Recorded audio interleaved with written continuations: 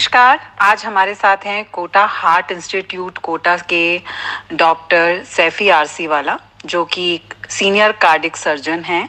और आज हम इनसे पूछेंगे कुछ सवाल जो आप लोगों के लिए बहुत ही महत्वपूर्ण है, बहुत ही उपयोगी हैं। डॉक्टर साहब, आपका बहुत बहुत स्वागत है। मेरा पहला सवाल ये है कि हार्ट सर्जरी के मरीज में कितने लोगों को डायबिटीज होती है? लगभग हमारे पास जो भी पेशेंट हार्ट सर्जरी के लिए आते हैं उसमें से 70 से 80% बाईपास सर्जरी के पेशेंट को डायबिटीज़ की बीमारी होती है। अच्छा डॉक्टर साहब, ये बताइए कि हार्ट सर्जरी के बाद क्या शुगर बढ़ जाती है, और अगर बढ़ जाती है तो ऐसा क्यों होता है? आमतौर पे जो डायबिटिक भी होते हैं और कई पेशेंट जो पोटेंशियल डायबिटिक होते हैं उनका हार्ट सर्जरी के बाद थोड़ी सी शुगर ज़्यादा बढ़ जाती है और दवाइयों का जो डोज होता है वो भी थोड़ा ज़्यादा बढ़ जाता है। वो इसलिए बढ़ता है क्योंकि हार्ट सर्जरी एक स्ट्रेसफुल सिचुएशन होती है और स्ट्रेसफुल सिचुएशन में नॉर्मल हमारा ब्लड शुगर बढ़ जाता है, इसलिए हार्ट सर्जरी के बाद शुगर बढ़ जाता है। सर्जरी के बाद इन मरीजों को शुगर कंट्रोल कितना ज़रूरी है? अगर नहीं रखते हैं तो उसका क्या परिणाम हो सकता है? हार्ट सर्जरी के बाद जितना ब्लड शुगर हम नॉर्मल रख सकते हैं उतना रखने की कोशिश करना चाहिए। आमतौर पर 200 से कम ही ब्लड शुगर को रखना चाहिए, चाहे वो फास्टिंग हो चाहे खाना खाने के बाद हो। कोई भी शुगर हो वो 200 से कम रखनी चाहिए। और अगर हम इसका नियंत्रण नहीं करते हैं तो इससे बहुत सारी तकलीफ़ें आ सकती है। एक तो है कि जख्म भरने में बहुत देर लगता है, जख्म में इन्फेक्शन हो सकता है और शरीर में कहीं और इन्फेक्शन हो सकता है, जैसे कि किडनीज़ में, यूरिन में इन्फेक्शन हो सकता है, लंग्स में इन्फेक्शन हो सकता है। और इसके अलावा सबसे महत्व की बात यह है कि जो नई नाड़ियाँ हमने लगाई है वो भी ब्लॉक हो सकती है अगर हमारा ब्लड शुगर पहले 2 से 3 महीने अच्छे से कंट्रोल में नहीं रहेगा तो। डॉक्टर साहब, ये बताइए कि सर्जरी के बाद में ब्लड शुगर कितना होना चाहिए जो हानिकारक ना हो? जैसा कि मैंने पहले बताया, सर्जरी के बाद हरदम ब्लड शुगर 200 से कम होना चाहिए, चाहे वो फास्टिंग हो चाहे खाना खाने के बाद हो। कोई भी शुगर आप चेक करते हैं अगर दिन में 2 से 3 बार, तो कोई भी वैल्यू 200 से ऊपर नहीं आनी चाहिए। 200 से ऊपर अगर ये जाएंगी तो ये हानिकारक हो सकती है। ऑपरेशन के बाद कितने समय तक हमें रेगुलरली ब्लड शुगर चेक करना चाहिए और कितना ज़रूरी होता है ये चेक करना?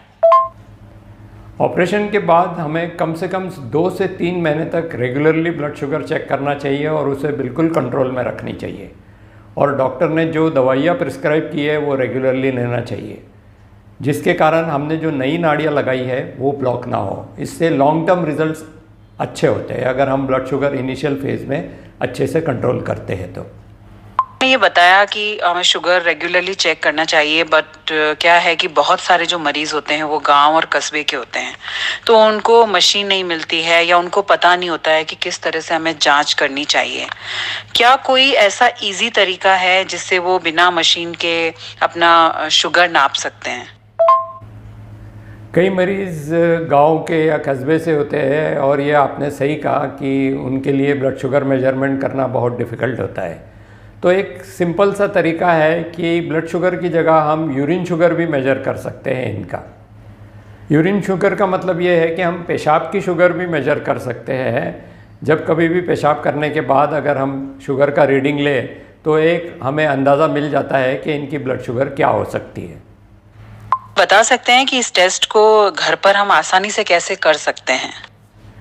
इस टेस्ट को यानी कि पेशाब का शुगर चेक करने को हम आसानी से घर पे कर सकते हैं।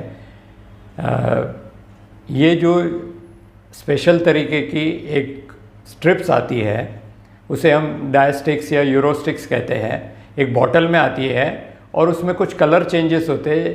अगर हम वो यूरिन में डुबाए और अगर यूरिन में शुगर है तो उसमें कुछ कलर चेंजेस आते हैं और वो कलर चेंजेस के हिसाब से हमें एक अंदाज़ लगा सकते हैं कि ब्लड शुगर कितना होगा। अब इस वीडियो में मैं आगे बताऊंगा आपको कि किस तरीके से वो स्ट्रिप को हमें यूज़ करना चाहिए। इस तरीके की स्टिक्स बाज़ार में मिलती हैं।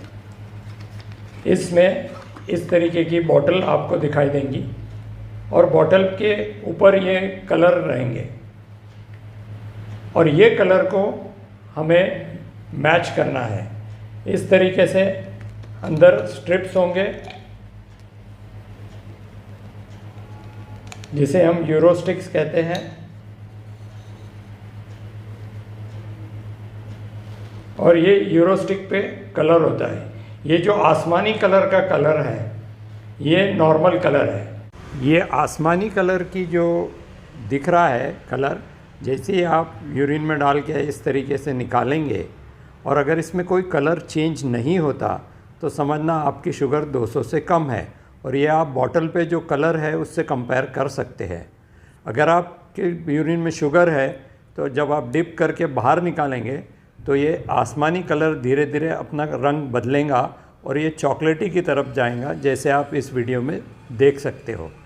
अब ये चॉकलेटी का मतलब ये हुआ कि आपका यूरिन में शुगर है और शुगर 200 से ज़्यादा है। अच्छा डॉक्टर साहब, ये भी बताइए कि हमें दिन में कितनी बार ये टेस्ट करना चाहिए?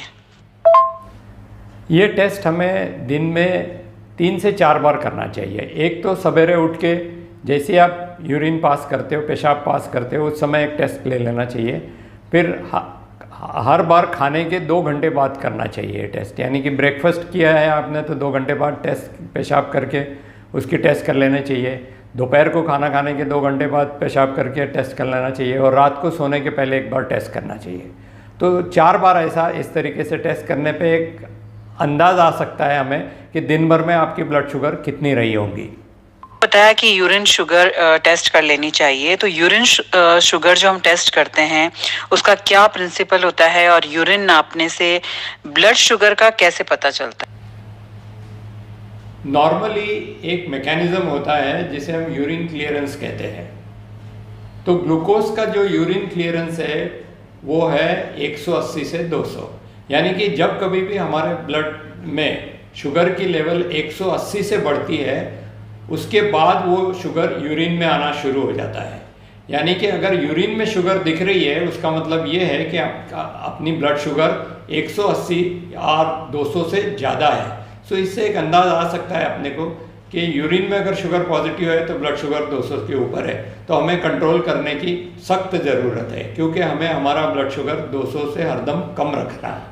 तो मच डॉक्टर सैफी कि आपने हमें इतनी ज़रूरी जानकारी दी, ये लोगों के बहुत काम आएगी। आपका बहुत बहुत धन्यवाद।